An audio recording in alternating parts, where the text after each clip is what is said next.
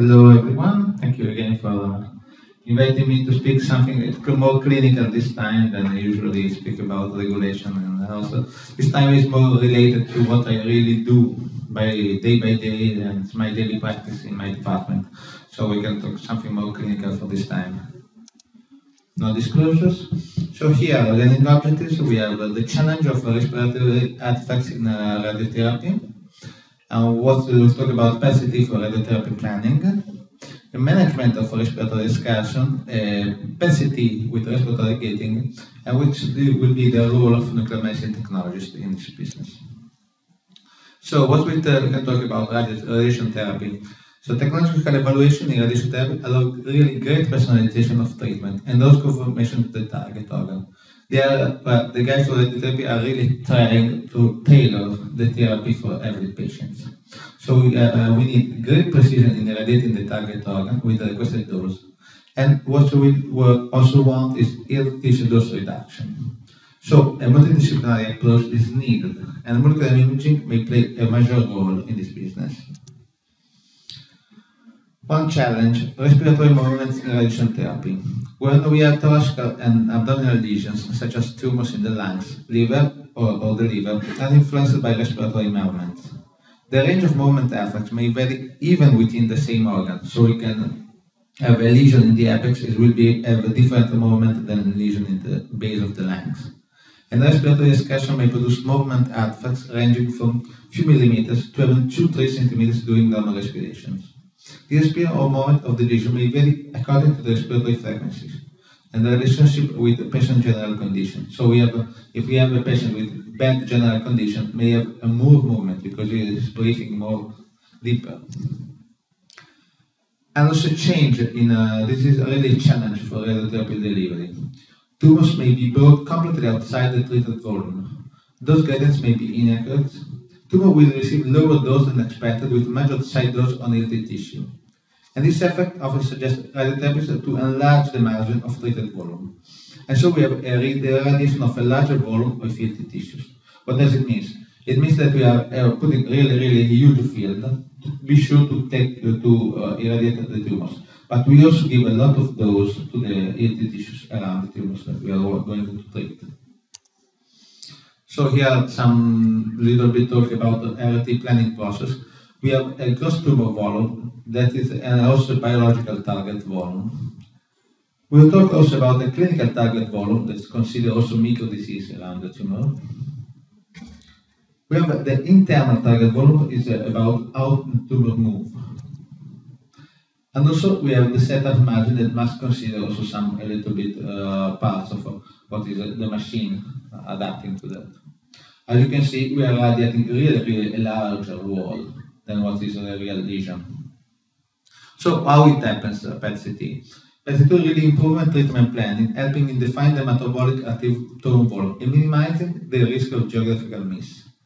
So PET helps defining the biological target volume that integrated with the clinical gross tumor volume characterize the tumor tissues to be treated. PET information may enable a significant reduction of radiation target fields, sparing healthy tissue, and reducing the side effects of the treatment. What does it mean? We know where the active tumor part is, and we really try to treat only the active part that is responsible to the radiation therapy. So, image acquisition for RT planning and treatment needs. The consistencies of tabletops and the use of laser lights for patient setups. We have to be in the same situation as it can be the treatment. A definition of patient initial position. So we know how the patient will be doing radiotherapy. We do PET-CT with the same position. And we have to use the same immobilization device of the radiotherapy department. So they bring our immobilization device, we use them in our with our PET scanner. Well, patient physical limitation and psychological facts need to be taken into account. A PET scanner is lasting from 20 to 30 minutes. It's a long while. And also we have to take account that it can be really stressful for the patient. And physical condition may really change people. They are really sometimes are really suffering from PET-CT for radiotherapy planning. We have to take into account these kind of problems. We need to record setup data. So our people say, okay, we plan it this way. You know that and they have to record really accurately. And the ideal situation is having a radiation therapist involved in the patient in imaging capacity. We really need a close liaison between the two departments and clear detailed protocols for every type of patient setup for localization and for localization of tumor site. So we need really to know what's happening in radiation therapy department and to know to have a good PET-CT imaging. Let's back to what's problem in motion management techniques. So PET study performed in free conditions are affected by motion artifacts, as was shown in the talk yesterday, and resulting in image degradation effect. But when we have activity of constant source appears mirrored over the volume of this patient, because a loss of the lesion detectability. There is an underestimation of SUV, overestimation of the volume, and in integrated capacity tomographs, mention a special misalignment in data registration. So sometimes we have a CT showing the lesion in place and the PET showing that in another place. It happens when they have really large exclusion. Here an example. Here we got the mouse. Yes, you can see how much is the spatial difference between the lesions. So we have a lesion that probably is less than 6.9 millimeters. It happens to be 12 millimeters. It's really a large exclusion on that. You can see how it changed the lesions. What we can do? There are some excursions of some type of management. This is the breakhold CT. So where the procedure is was used mainly for CT and we used to have breakhold. Well, intraoperative planning is helpful only if the treatment is short enough to allow breakholds. Otherwise, it's unuseful and needs really great help from the patients. So in PET-CT is limited only a single field of view cannot be taken for all the exam. And also we need a lot of respiratory coaching to ensure that the patient will hold their breath. Images are most free of motion artifacts and minimize co-distance mismatch. And the SUV lesion, SUV and the detectable lesion is more accurate. It's useful, well, only if there is a breakhold condition for therapy. And it depends heavily on patient cooperation and physical ability to comply breakhold. Well, breakhold PET-CT, as you can see, there is a case that was made in Sweden. And you can see the difference between having a breakhold CT. The misregistration is now really huge. Now we have quite a better example. Okay, we are not against breakhold, but it's only for some particular cases. Actually, we don't want to use it in the department. I wanted to show you why, because it can be used in some situations. Well, respiratory gating for the PET-CT. The aim is producing a motion-free and well-mastered pattern CT image corresponding to a specific phase of the patient respiratory cycle. The clinical input could be in a detection and accurate metabolic reduction of lesion affected by respiratory environment. And for radiation therapy is useful to assess the true volume of the tumor, and its real motion obtain an accurate target delineation, a personalized definition of the treatment plan. So this can be used both for diagnostic procedure and both for radiation therapy planning. What we need: a tomograph with a large FOV. Well, have a flat table, a radiation therapy setup, an emulation system as used in the department, the PET-CT gating alert, a patient respiratory monitoring system, and also a DICOM archive protocol. We'll talk about a couple of there are many systems that were used for respiratory gating. One was the spirometry system. It measures the respiratory flow of air incoming and outcoming from the lungs. Temperature sensor, it measures the temperature of the air incoming and outcoming from the nose during breathing. Well, we used it. We didn't use that, but just to show you. This one we used, it was a pressure sensor, and it's an elastic belt containing a load cell that can be fastened on patient abdomen. Every respiratory movement, the belt tightens, producing a change of the pressure inside the belt, which is measured with the load cells. So we have this with load cells to measure out the screws. We started that PCC scan in this mode, but we use it on a previously selected patient. we use them only in patients with basal lung cancer. And the patient selected was suspected for that. And after the whole body PET, we didn't the only respiratory gating, we did a whole body PET CT, and then we do it on the just on the one bed on the lungs, on the part of the lesion where we assumed that we should have a lesion. So what we did, well, there was the patient was instructed to keep the breathing regular, and then we tightened the load cell on the patient. Then we start recording the movement of the patients and trigger it with a retrospective model with 6 phases of respiratory. So the respiratory phases are divided in 6. And one acquisition data addressed to a selected respiratory phase that will undergo the gating post-processing. So only one phase will be really analyzed. Here we have a good case report because we had it with when there was a suspicion of basal lung cancer.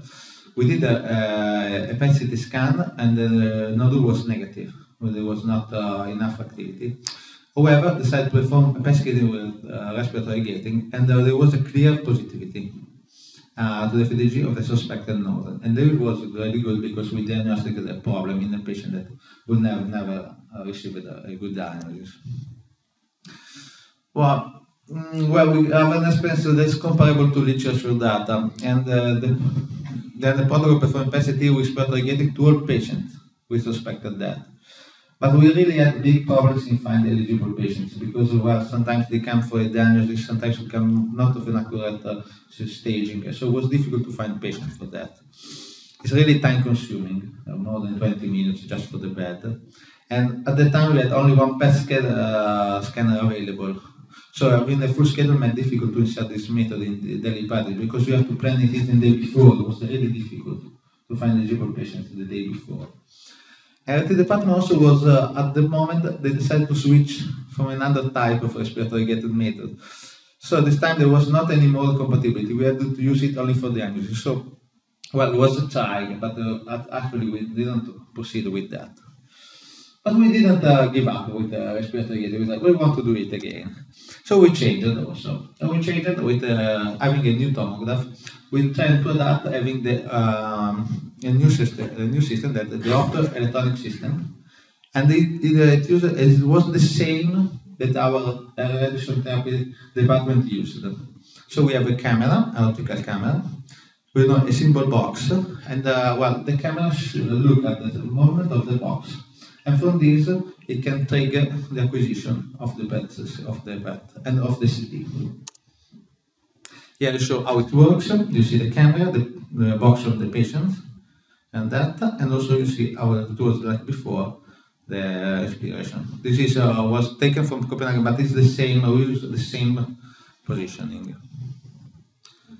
So I use the workflow, preparation and setup a immobilizing system as in the radiation therapy department, patient training, injection, whole body CT for attenuation correction and co-registration, PET standard patient now we start to monitoring the patient, the breath of the patient. Then we do a CT 4D. It's about here you can see the protocol that we use is just 1 minute. And then we do a LIS mode from 9 to 12 minutes acquisition with a single FOV. You can see how it works. This time we use all 8 cycles. We divide the cycle respiratory cycle in 8 parts, and we use all 8 parts. How you can see, really, this SUV max really change from one phase to another, and it's really interesting because you see how this. You really see when you do respiratory gating how movement affects your detectors in PET-CT, and you can see how it changed. So the same was really improved with that. Here another, you can see the difference between having a standard PET-CT and a respiratory gating PET-CT in co-registration. So where we work with, back to our images of the RT planning post, where we work with respiratory gating here. in defining these margins. They really can change. So, which is the role of technologists in all of this? Well, patient preparation. You need really to talk with the patient and be able to have him cooperate with you. And patient training is needed.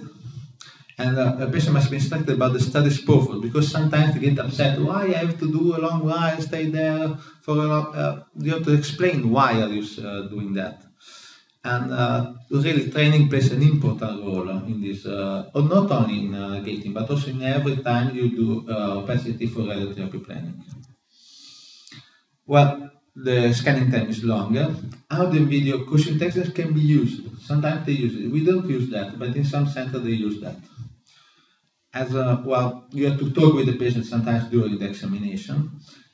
And also this, we have to use the same approach both for the PET-CT imaging and for the radiation therapy treatment session. So as conclusion, well, really, respiratory gating seems to be a valuable tool in improving diagnostic performance of PET-CT and better defining the target volume for radiation therapy. Actually, we do not know if there is really an improvement in patient survival. That's really not, still not known. And so we really feel that, well, with the continual stress to tailoring their treatments on patients, we really will feel that the routine clinical use of respiratory gating for the PET-CT will be appealing for the years to come. Well, we hope that in the future will be a routine, because it can really provide a specific internal volume definition, reducing overall planning target volume. But what we really want is to not treat with radiation therapy heat issues. That's what we really want, and to really lower side effects from radiation therapy. And also to be more effective and addressing on really what we need to be treated by radiation therapy. Thank you for all.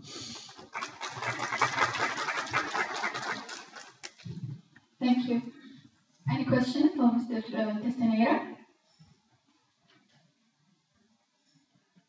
I have one question. What is the material of the box that you use in the second Yes, plastic. slide? Plastic. Plastic. Yeah. And how are you going to fix it on the skin? This is a... Okay. This is a tricky issue because you got the point. One of the problems that we usually face, because we have that, we fix it with some adhesive and that. But the problem is when you have on that the mask from the radiation therapy, because the mask tends to not allow a lot of exclusion, so tends to be difficult to trigger, because we have a really low exclusion, and sometimes we lose some data for that. So it's really tricky. Sometimes we choose to have it really low, because we found that the abdomen moves quite the same, and triggering with the abdomen is better than triggering within the lungs. That's what we do radiation therapy, and it's quite tricky because. Well, usually just an adhesive is enough, but with radiation planning can be really challenging to fix the box. Thank you for your talk. May I ask you how many CT slides you're using for your clinic, your lab? For you say for respiratory gating, Yes. We use I think 1.25 slice millimeters, so it depends on the fork. It depends on the fork of the machine. It's 1.35 thick slice. Okay. Are you saying that if I have a facility for doing respiratory gating and I'm not doing a radiotherapy planning, I shouldn't be bothered doing? I'm not saying that. I'm not saying that. I'm saying that what is our main application is for radiation therapy planning, because we do radiation therapy planning on a daily basis. Daily basis is, I know that it's not so common to have it, but for me it's quite daily practice, because we are really asking for a lot of, we do about 2-3 patients a day, and with many tests about it. So it was completely natural to use it for that, because we feel that it's the much more impact. But also for diagnosis in some other centers, like in Milan, like San Raffaele Hospital, they use it and they have a lot of places, maybe I can give you some details on the chart. There are a lot of evidence of using it for diagnosis. Our experience with AI was not so exciting with that, but other centers have better experience than us. So if you want, I can give you the details of some other people are using it for also for diagnosis. I have one quick question. I'm just curious, technologist role, and do you also need the external lasers? And if you do, does the technologist do that, or a combination of the radiotherapist and technologist? Does the radiotherapist come to the PET scanner and then position the patient? Just kind of curious of your general practice doing radiation therapy plan. Well, actually, we have to think also, talking about competencies, that I am also a radiation therapy. So formally, even if I'm not able to, not even turn on a machine, but formally I'm able to also to do RT planning without PCT, also with CT, also I do that. We started with a cooperation with them, so they came to our department, they show up, and they helped materially us to plan. After a while, they were so scared by radiation that they didn't come anymore, and they just left us to do it. This really a lot of problems to us, because sometimes we do not know what's really happening in their department, and this sometimes gives us to somehow we have to call them, discount, relative problems like that. And the focus to our suggestion is to really have cooperation, because we know that in a lot of countries there are different types, and you really have to cooperate, because with cooperation with the radiation therapy technology, you really know what's better for the patient.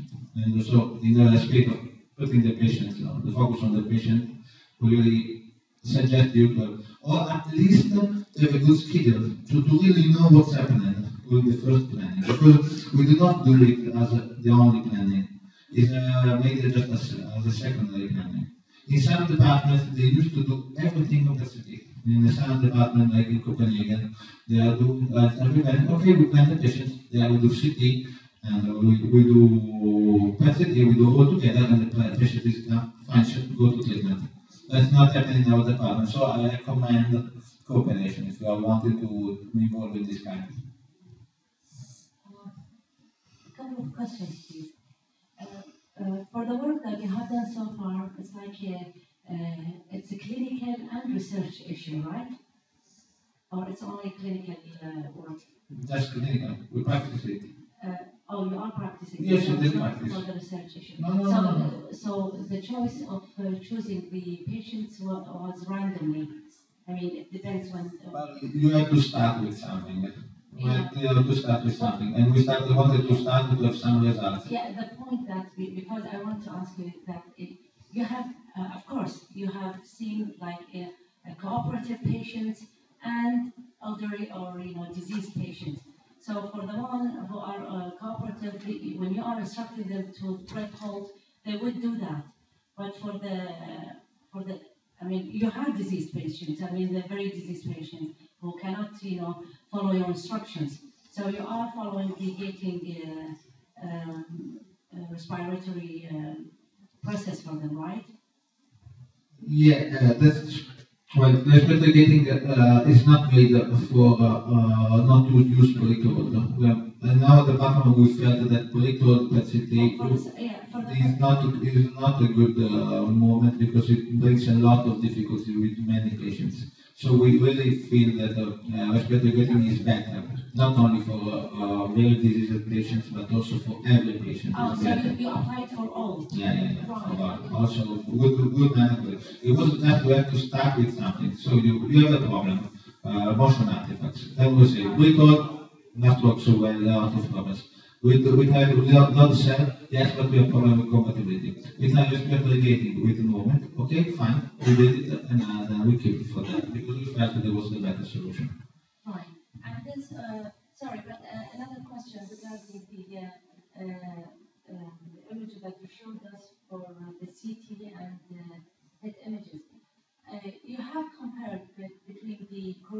and uncorrected PET images, right? Of the lesion detectability. Yes, because we have a PET CT scan before.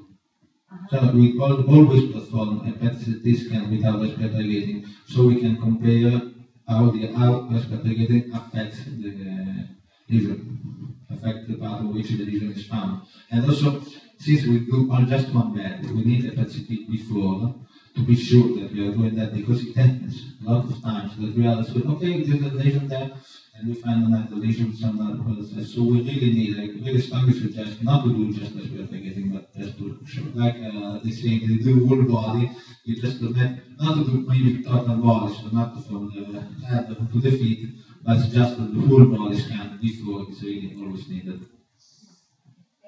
I'd like to share our experience.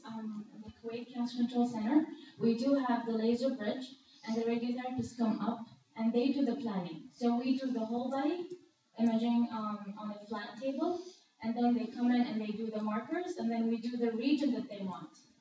If it was a lung cancer or a colorectal cancer, so we do have it in our department. So it's a combination of the nuclear medicine technologist and the radiotherapist. We're working together. Yes, actually, you're more advanced than us, because we do it like a second, like a confirmation of the field. And what really often happens that with PET CT, we really find that sometimes the target is really misaligned. So they want to take something and maybe there is something else to be treated as more important. It just happens because a lot of patients didn't have a PET CT scan before. So we use both as a confirmation of the therapy and also as a confirmation of that. This is a problem with the radiotherapy department. That not only put faith, not only in PCT, but also in magnetic resonance and also in the diagnostic. They have a lot of, it's still, in my opinion, we can really improve in coordination in that. But it was not thought for that. We reached it after a while. There is a history in which we tried to do. The probably next step will be to work together. The solution is to start with the idea to a block, so you can do it with just one thing. In some new departments they are doing that, so we plan to do it all together. When you have two separate departments that try to work together, you have always a problem with the coexistence of systems, and that's the main issue. So it's more difficult. It's achievable. But now we use it more as a confirmation of the plans. They use it as just a direct plan, like for example in Copenhagen. The fact that when you have to do it, you have also to do diagnostic CT with intravenous contrast. So really takes a lot of while.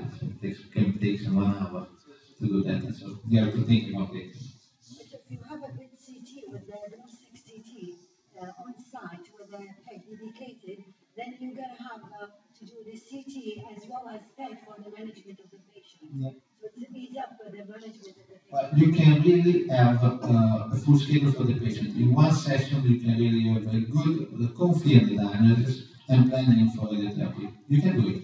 It's possible. With some effort, we can do also in our department, but we actually do not do it.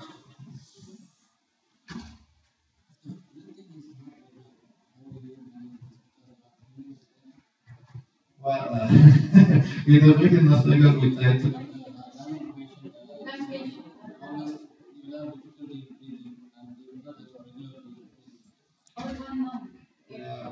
Actually, in the software is expected. So we have also software that helps us to regularize when you have really some data missing. Yeah, there is a possible to work after when you do the construction of the reaction to minimize the effect with the software. So the problem is not usually we start when we find regular breathing. So the problem is when the patient stops breathing regularly during the action. But we have a software that helps us to fill in the gaps with that. So to keep on and have like a simulation. You have all the breathing, you have 5 minutes with the current breathing, and the other you simulated the breathing was going on. So you have still a good actions. Also, the gating does the software some averaging. If you have like something is going misty in one breath, it does the averaging where you have a nice regular Yeah, that's good. It's really important to have a long bedroom. About 10 minutes is expected to be sure to have enough counts that counts. Sorry for that. Sorry for the show. You need enough counts that count so you can still, even if the patient you have to stop early, you have enough statistics to work on and do correct exams. Thank you very much. Well, I want to thank you all for all the questions. It was really incredibly nice in these 2 days. This is my last presentation. I really want to thank again the organizer. It was really, really a great session. And thank you very much. Thank you very much.